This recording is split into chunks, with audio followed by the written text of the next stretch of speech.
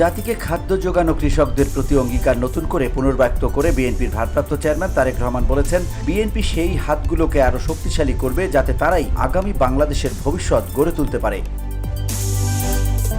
বৃহস্পতিবার বিশ্ব খাদ্য দিবস উপলক্ষে এক বাণীতে তিনি এসব কথা বলেন। তারেক রহমান বলেন, এই কৃষকদের পরিশ্রমে বাংলাদেশ গড়ে উঠেছে, তাদের ত্যাগে পুষ্ট হয়েছে আর তাদের দৃঢ়তায় শক্তি পেয়েছে। বগুড়ার উর্বর মাঠ থেকে শুরু করে বরিশালের ভাসমান বাগান পর্যন্ত প্রতিটি ধানের শস্যকণায় আছে তাদের সহনশীলতার গল্প এবং আমাদের সম্মিলিত ভবিষ্যতের বীজ। বিএনপি বিশ্বাস করে প্রকৃত খাদ্য নিরাপত্তা গড়ে ওঠে সরকার, কৃষক, উদ্যোক্তা এবং সমাজের পারস্পরিক অংশীদারিত্বের মাধ্যমে, একসঙ্গে হাতে হাত রেখে একটি টেকসই খাদ্যাবস্থা গড়ে তোলার মাধ্যমে।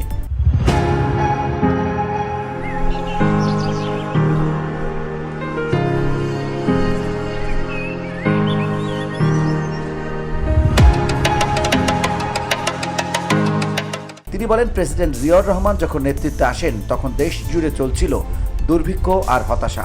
তিনি জানতেন খাদ্য নিরাপত্তা ছাড়া জাতীয় স্বাধীনতার কোনো অর্থ নেই। তার নেতৃত্বে সেচ সম্প্রসারণ, খাল পুনঃখনন এবং বহুবর্ষজীবী ফসল চাষের মাধ্যমে বাংলাদেশ আত্মনির্ভরতার পথে যাত্রা শুরু করে। তারেক রহমান বলেন, আজ যখন বাংলাদেশ বাড়তি খাদ্যমূল্য, পানির সংকট এবং জলবায়ু পরিবর্তনের হুমকির মুখে, আমাদের সে ভিত্তির উপর আরও এগিয়ে যেতে হবে। শুধু নিজেদের জন্য নয়, বরং তাদের জন্য যারা আমাদের সীমান্তে আশ্রয় ও খাদ্য খুঁজে বেড়াচ্ছে। বাংলাদেশ বর্তমানে বিশ্বের বৃহত্তম শরণার্থী শিবিরে 11.5 লাখেরও বেশি রোহিঙ্গা শরণার্থীকে আশ্রয় দিচ্ছে, যেখানে আন্তর্জাতিক সহায়তা কমে যাওয়ায় পরিবারগুলো মাসে মাত্র $6 খাদ্য সহায়তায় বেঁচে আছে। বিএনপি মনে করে খাদ্য সহায়তা পুনঃস্থাপন ও জীবিকা শক্তিশালী করার জন্য সরকার, আন্তর্জাতিক সংস্থা, দাতা দেশ ও বেসরকারি অংশীদারদের জরুরি যৌথ পদক্ষেপ নেওয়া প্রয়োজন, যাতে এই সংকট সমাধানে বৈশ্বিক প্রতিশ্রুতি নতুন করে দৃঢ় হয়।